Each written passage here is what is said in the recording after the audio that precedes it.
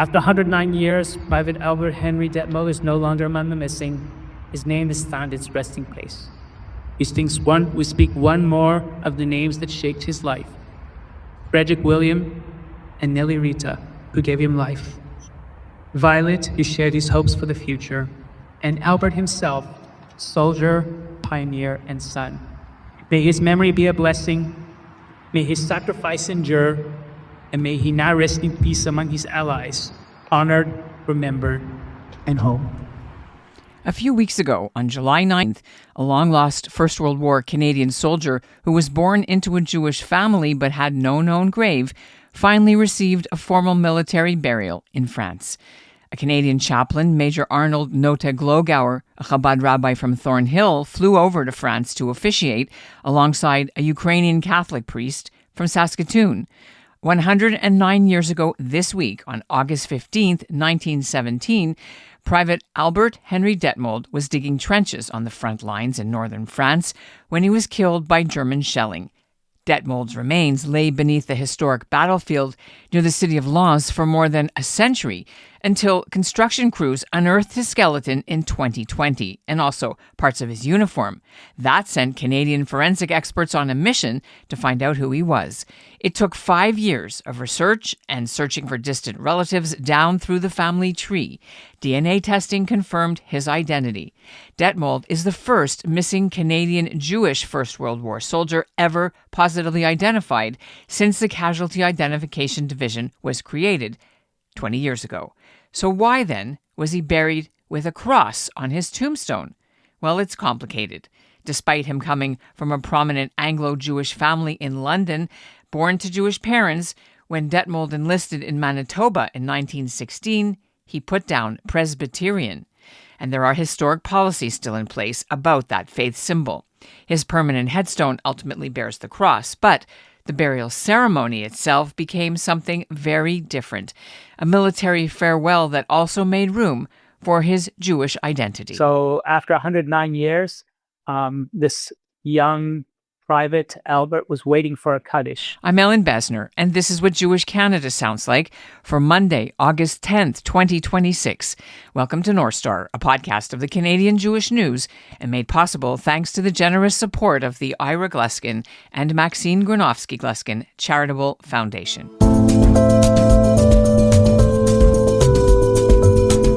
Private Detmold was one of about 27,000 Canadian military personnel still missing. Then the Department of National Defence continues to try to identify them wherever and whenever war remains are found. Detmold came to Western Canada as an 18-year-old together with his older brother. They became homesteaders. He settled near Roblin, Manitoba.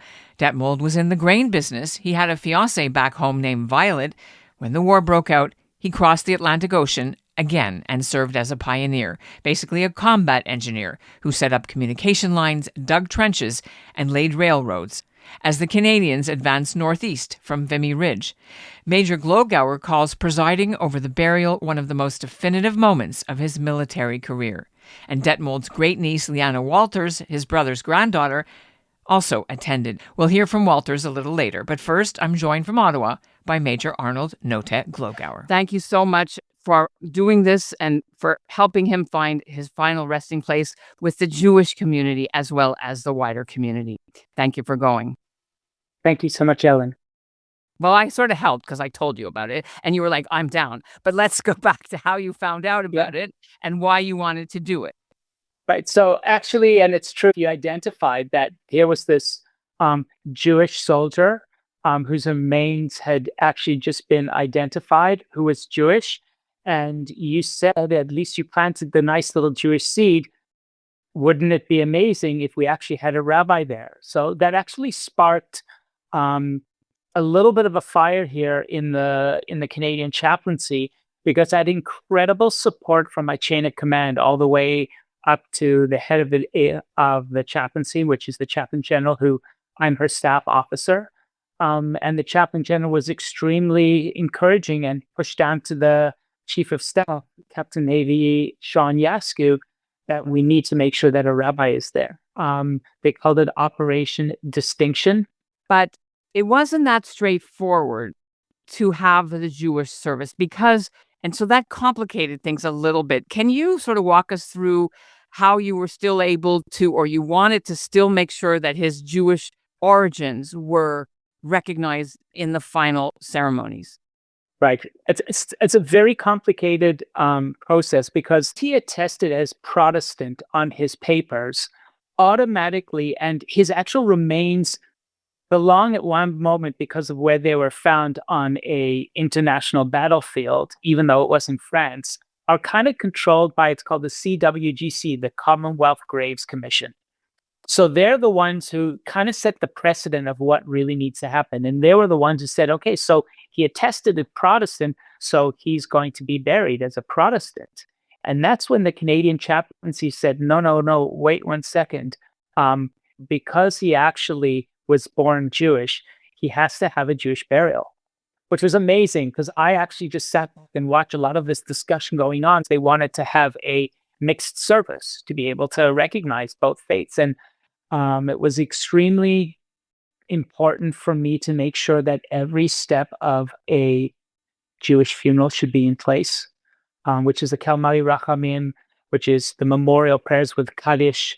And that's where things started to really move. I said, look, I'm going to France. I need to make sure that there's a minyan because we know that a Jewish burial is a communal act. This young private Albert was not buried alone, but Jews from across France were going to be there and gather for somebody who they never knew, they never met, but a Jew deserved a Jewish burial. And I didn't even know that one of them was the French chaplain general, Jewish chaplain general. And I didn't know until I actually arrived an hour before the ceremony at the cemetery if I was going to have a minyan or not. And then I came around the corner and I saw Jewish families, husbands and wives pulling up in their cars and parking. And before I knew it, I was there, and there were over 20 members of the Jewish community in northern France from everywhere. My druthers would be have a mug and Daven on his tombstone, but that Yeah. didn't happen. How come, and what did you try to do? So one of the most challenging parts is working through existing doctrine that is outdated. So the Commonwealth War Graves Commission has doctrine that states prior to 1971, whatever the attestation documents state, that determines the headstone.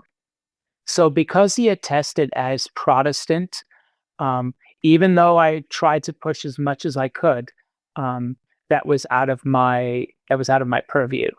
And in the end, it would have been the only one who could actually overturn that would be the actual next of kin. So whoever that next of kin was engaging with the Commonwealth Graves Commission, those were the ones who would determine what was on the gravestone. So I had no connection to be able to actually change that or influence that.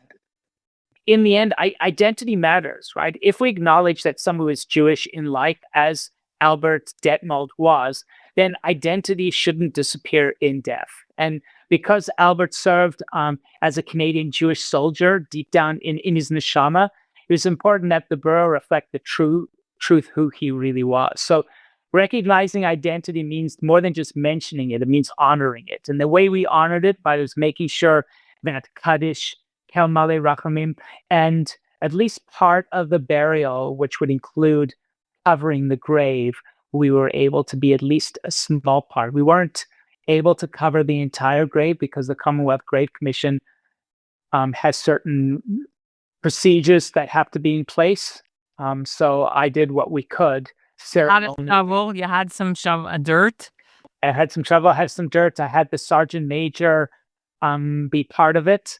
But in the end, I'll tell you one incredible thing. So I don't feel that I have the greatest voice, and knowing that, to be able to be at a funeral and to have a Kel Male Rachamim, the memorial prayer that could pierce your heart, in my mind I was thinking, how am I going to sing it? And the chief chaplain of the chaplain general of France, he dispatched one of the Jewish French chaplains to be there 5 minutes before, and he's standing there, and I asked him, in French, can you sing? So he said, yeah. I said, because I can't. So I said, okay, you will sing the Kel Male.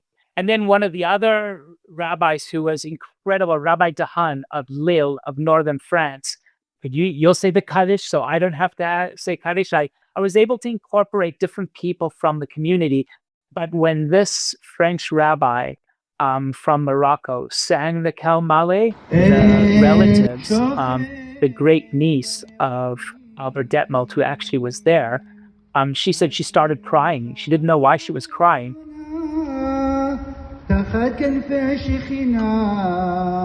But she started crying when she heard the memorial prayer. So it was so impactful. It hearing the Kalmale in the cemetery overlooking the battlefield where they found his remains, where he lost his life. In that moment, it ceased to become a recovery of a casualty, but again became the identification and the return of a Jewish son of Israel back to our people. What did you bring with you in order to be able to make this ceremony unique? They allowed me to assemble those parts, and then we cut a corner from the talus, so it's not a complete talus. And there's certain other things that I was able to do that I won't go into too much detail here. We were able to put tachrikim burial shrouds, which are handmade here in Ottawa. About 4,700 Canadians of Jewish faith were part of the Canadian Expeditionary Force in the First World War. And, one thing that I'm sure our listeners are wondering is if he was born Jewish, but he signed up as a Protestant, but he didn't formally convert, or we don't know, Right. Then why would he sign up as a Protestant? What sense do you have? Some of the reasons why that might be happening in those times for Jewish enlisted men? So it's a very good question. And you're right. We don't know for sure. We don't know for sure. But we do know that throughout our Canadian Armed Forces history, as well as in America, that Jews were always concerned about anti-Semitism, wanting to, serve our country. And then there's a lot in terms of why somebody would want to serve our country or their country, wherever they were, but at the same time want to fly below the radar. So it was very clear a lot of Jews, and it happened and it's very well documented, especially in the Second World War, that the easiest way to fly below the radar and not identify what your faith was to enroll or attest as Protestant. So Protestant was the go-to for many Jews. And so, that was the understanding. He came from a very prominent Jewish family. There's a lot of history about his family, where his parents were buried in the Jewish shul. So knowing that, the benefit of the doubt, we always want to, when in doubt, we'll give them the benefit of the doubt. That was on my mind. And in the end, we know, at least from our faith, somebody that was born a Jew has every right to be able to deserve the dignity of being buried as a Jew. Now, Major Glogauer, you have had a couple of weeks to sort of get over the jet lag and decompress. What image remains with you when you think about this from that whole day? So there's two things. The first one is we had an opportunity to be able to go to Vimy Ridge with the North Saskatchewan Regiment, and where we all gathered in Vimy Ridge under Private Detmold's name. And I had a chance to be able to speak to them, and it was a voluntary vigil, they called it, and we didn't know who was going to show up. And before I knew, we gathered there, and almost every single one of the regiment, all of these young soldiers who were coming to be able to make sure that this soldier would be buried according to the dignity of a Canadian Jewish soldier, they were all there gathering underneath his name. So I explained to them, one thing is for sure, we all come from different parts. We're different people, but when we put on the Canadian flag, we are all one family. And the Canadian flag, put it on our left side because it's closest to our heart. So for me to gather with these young soldiers, I told them, you're going to take one thing back with you, and that's to be a light. And that's the goal for me. What is the message that I have is that, the military says, it speaks of like no soldier being left behind. But what I saw in France was the Jewish equivalent. When Albert's identity became known, people crossed borders, languages, generations to ensure that he was remembered with dignity. So I said it was not no soul, it was no soldier left behind, it was no soul left behind. And that's the part that hit me the most. יתגדל ויתקדש שמי רבה. בימיו תהוא עתיד התחדתה. I think the inspiration that I've taken to know that, that more than a century past, but Jewish people, we've not forgotten one of our own. That no matter what, wherever we go, it doesn't matter, what one's observance level is. When needs a Jewish person, a Jewish member needs community, we will always be there for each other. And that's what I saw in France. And for me, that's the inspiration that I know no matter what's going on in the world, we are one family, Am Yisrael Chai. Coming up, why Albert Detmold's great niece wishes his gravestone had a Star of David.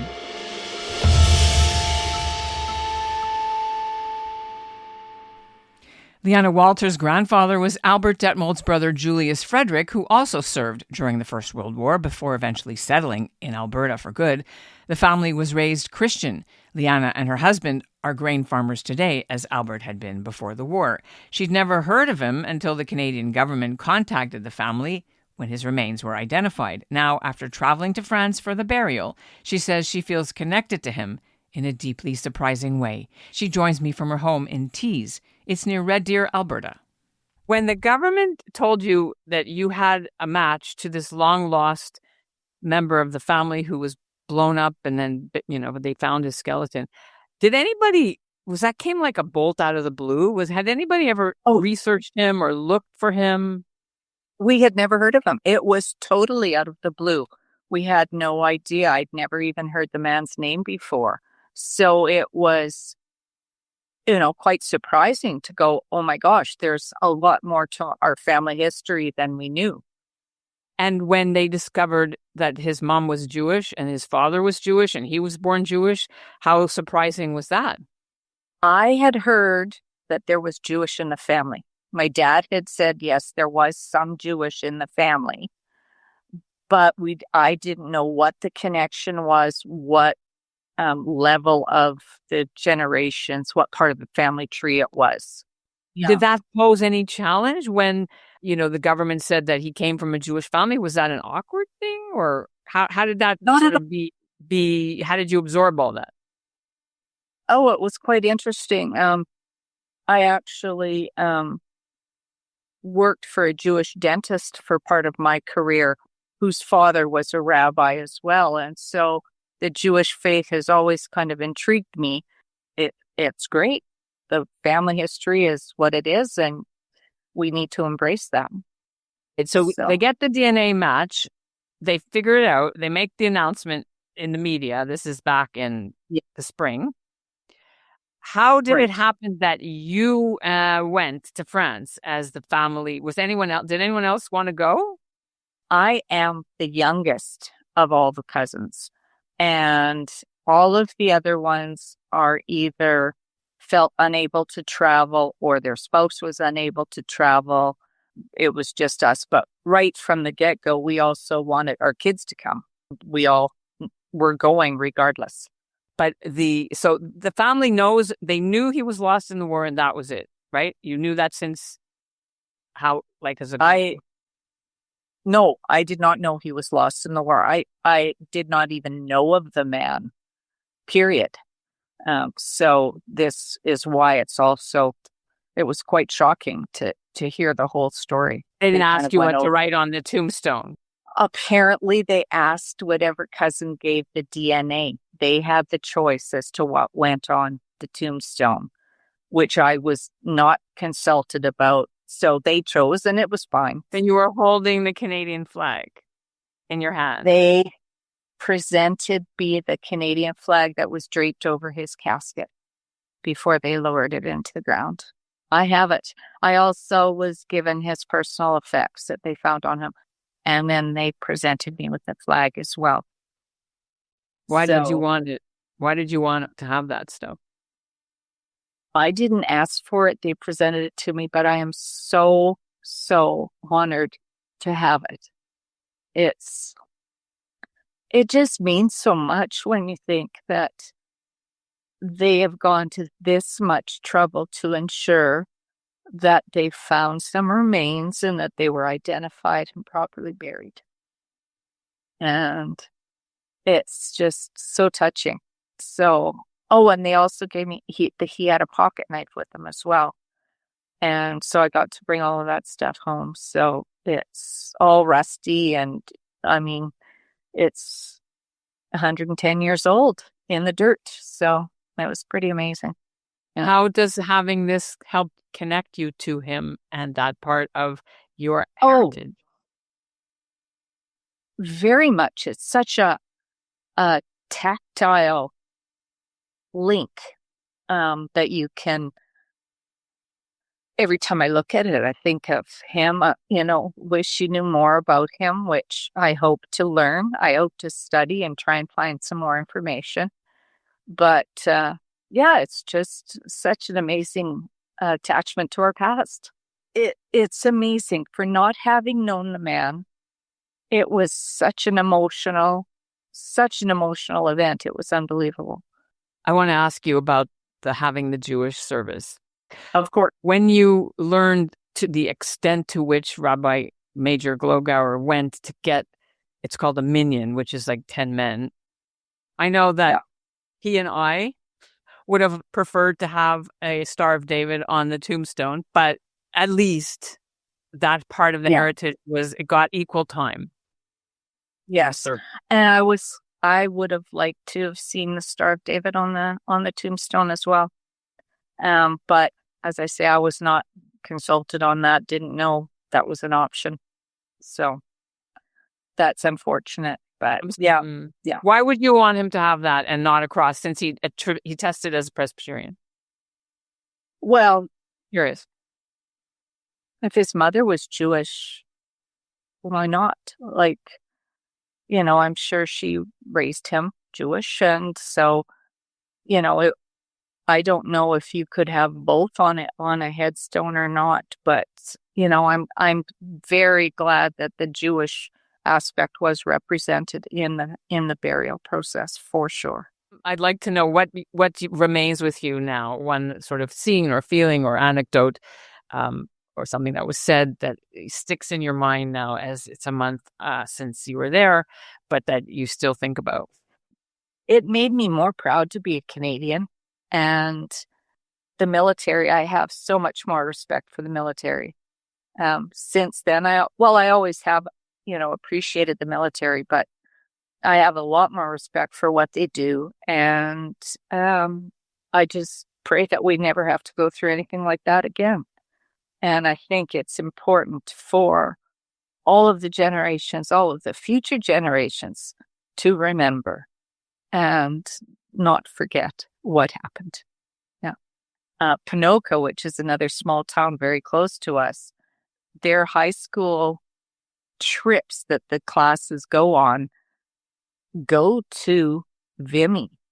The teacher there that heads up this high school trips, they do like a brass rubbing of the headstone and bring it back to the family.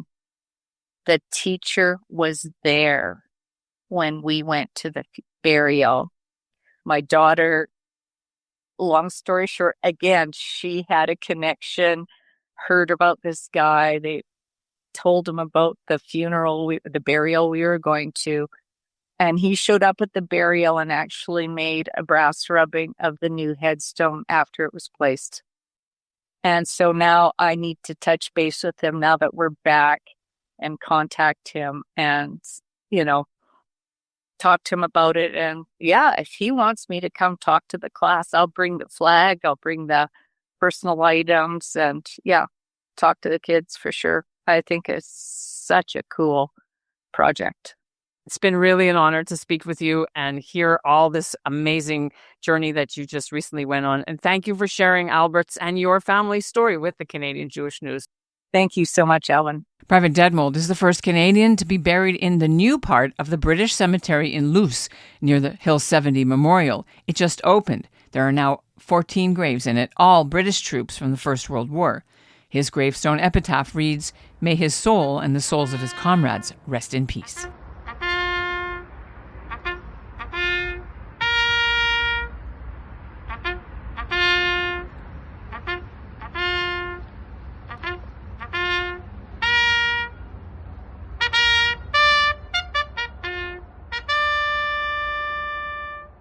And that's what Jewish Canada sounded like for this episode of North Star, made possible thanks to Ira Gluskin and Maxine Gronowski-Gluskin's Charitable Foundation. You can learn more about this story and watch the ceremony at the links in our show notes. Thanks to Dr. Chaya Glogauer, who accompanied her husband to France and filmed the audio and the video of the burial service. North Star was produced by Zachary Judah Kaufman and Izzy Helenchild, with Michael Freeman as our executive producer and Alicia Richler as the editorial director. Thanks for listening.